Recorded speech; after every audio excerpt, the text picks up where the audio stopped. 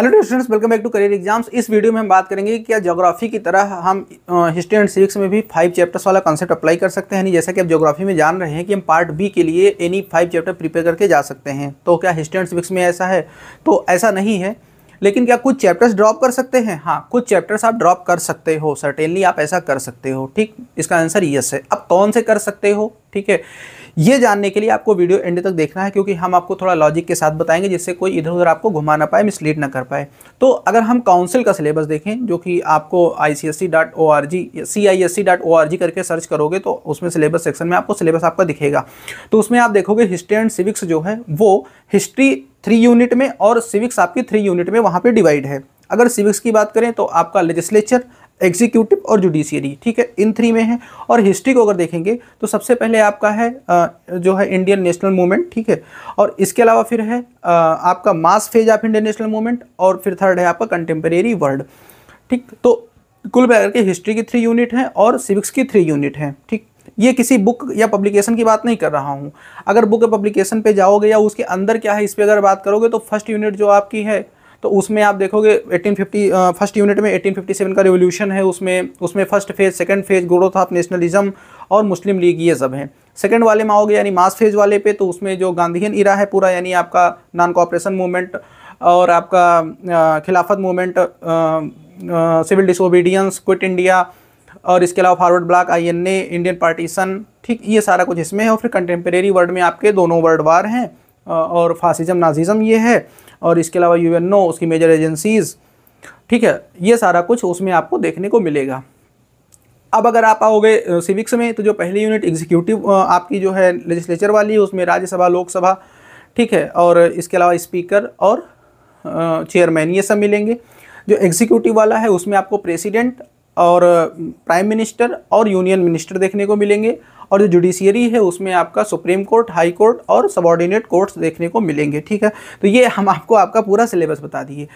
अब यहाँ से ये है, हाँ, फिर बताया दे रहा हूँ कि किसी बुक की बात नहीं, आपको कंफ्यूज नहीं होना। आपने सिलेबस अगर नहीं देखा है तो फिर से काउंसिल पे जाओ, सिलेबस देखो, उसका प्रिंट निकाल के टेबल पे रख लो, ये बहुत ज़रूरी है। ठीक है, वही मेन चीज़ है आपकी। अब इसके बाद में बात आती है बेटा कि आपको आप छोड़ क्या सकते हो। तो देखो, जो आपका सिविक्स है तो 3 यूनिट हैं, क्वेश्चन आपके 2 आते हैं उसमें। ठीक, तो सीधी सी बात है, आप 1 यूनिट कोई छोड़ सकते हो, ये आपके काम की बात है। सबसे इंपॉर्टेंट बात यहीं पे है सिविक्स में, यानी आप कोई 1 यूनिट सीधे सीधे छोड़ सकते हो। यानी अगर आप प्रिपेयर कर लिए, क्या लेजिस्लेचर प्रिपेयर कर लिए और एग्जीक्यूटिव प्रिपेयर कर लिए, तो आप जुडिशियरी छोड़ सकते हो। बात केवल पार्ट बी की, यानी 50 मार्क्स की कर रहा हूँ, ऑब्जेक्टिव वाले की नहीं कर रहा हूँ, वो तो पूरे बुक से पूछा जाता है और वो ज्योग्राफी में भी वही चीज़ है। तो इसमें आप जो है जुडिशियरी छोड़ सकते हो, क्वेश्चन आएगा, लेकिन आपको चूंकि केवल 2 करना है तो आप 1 क्वेश्चन एग्जीक्यूटिव का और 1 क्वेश्चन आप लेजिस्लेचर का कर लोगे, जुडिशियरी वाला आप छोड़ दोगे। ठीक है, क्लियर। दूसरी बात, लेजिस्लेचर आपको पूरा का पूरा पढ़ना है, ठीक है, जो यूनियन लेजिस्लेचर है। लेकिन अगर आप लेजिस्लेचर और एग्जीक्यूटिव कर रहे हो तो मजे की बात यह है कि एग्जीक्यूटिव में जो 2 यूनिट है मेन, यानी एक है आपका एग्जीक्यूटिव में एक प्रेसिडेंट है और दूसरा आपका क्या है, प्रेसिडेंट एंड मतलब एक प्रेसिडेंट एंड वाइस प्रेसिडेंट है और दूसरा है prime minister and council of ministers. तो इसमें से भी आप केवल 1 कर सकते हो। ठीक है, यानी 1.5 यूनिट करके सिविक्स में आप सिविक्स के लिए जा सकते हो 20 मार्क्स के लिए। अब रही बात बेटा हिस्ट्री की, तो सॉरी टू से कुछ बहुत बेसिक चैप्टर जैसे ग्रोथ ऑफ नेशनलिज्म या मुस्लिम लीग, ठीक है, और या इसके बाद में जो है मेजर एजेंसीज ऑफ UNO और NAM, ये ऐसे चैप्टर्स हैं जिनसे रेयरली क्वेश्चन आए हैं, लेकिन बेटा आए हैं। ठीक है, तो इसलिए इसमें कुछ ऐसा नहीं, क्योंकि आपको हिस्ट्री में 3 क्वेश्चंस करने होते हैं। ठीक है, जितने भी उसमें 5 या 4 क्वेश्चन दिए जाएं, आउट ऑफ उसमें से 3 करने ही होते हैं। तो इसमें आप जो है सही मायने में आपको छोड़ना नहीं चाहिए, क्योंकि जो चैप्टर आप सही मायने में छोड़ने वाले हो बहुत छोटे हैं, आप उनको पढ़ के चले जाओगे, हो सकता है ऑब्जेक्टिव में आपको फ़ायदा करें, तो इसलिए आप हिस्ट्री से नहीं छोड़ सकते। हाँ, इस वीडियो का क्या फ़ायदा कोई हुआ? बिल्कुल फ़ायदा हुआ। आप अगर पेपर के लिए जा रहे हो तो आप सिविक्स वाले सेक्शन में क्वेश्चन छोड़ सकते हो। हाँ, एक आपके लिए और बढ़िया बात है, वो ये है कि पेपर का पैटर्न बदल गया है, क्रिटिकल थिंकिंग है, ये सब होने के बावजूद आपके जो प्रीवियस ईयर पेपर्स हैं कम से कम 5 पेपर्स ईच आप उनको कर डालो। 10 ईयर्स के लिए आपके पास में ओसवाल गुरुकुल की 10 ईयर है, ठीक है। देखो मेरे पास है मोटी सी बुक, डिस्क्रिप्शन बॉक्स में इसके लिंक है, csc.org का भी लिंक डाले दे रहा हूँ सिलेबस के लिए, बुक परचेज कर लो अगर अभी तक नहीं करी है।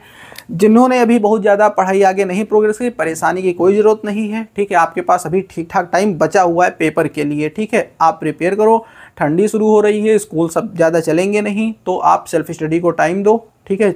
अपनी चेयर और टेबल संभालो, मेहनत करो, ठीक है। You will do best. So thank you. बाकी कोई डाउट हो तो आप लोग व्हाट्सएप पे कनेक्टेड ही हो, हमसे वहाँ पे पूछ सकते हो, ग्रुप में जुड़ो। नोट्स आपकी जो है कुछ 1-2 चैप्टर छोड़ के सारी नोट्स आपको हैं, आप व्हाट्सएप पे मैसेज करोगे, नंबर यहाँ पे स्क्रीन पे आपको दिख रहा है, नोट्स आपको शेयर कर दी जाएंगे। डिस्कशन के लिए वहाँ पे ग्रुप है, जो कि ग्रुप ओपन है, ठीक है, ऐसा नहीं है ओनली एडमिन है, तो आप वहाँ पे जुड़ सकते हो।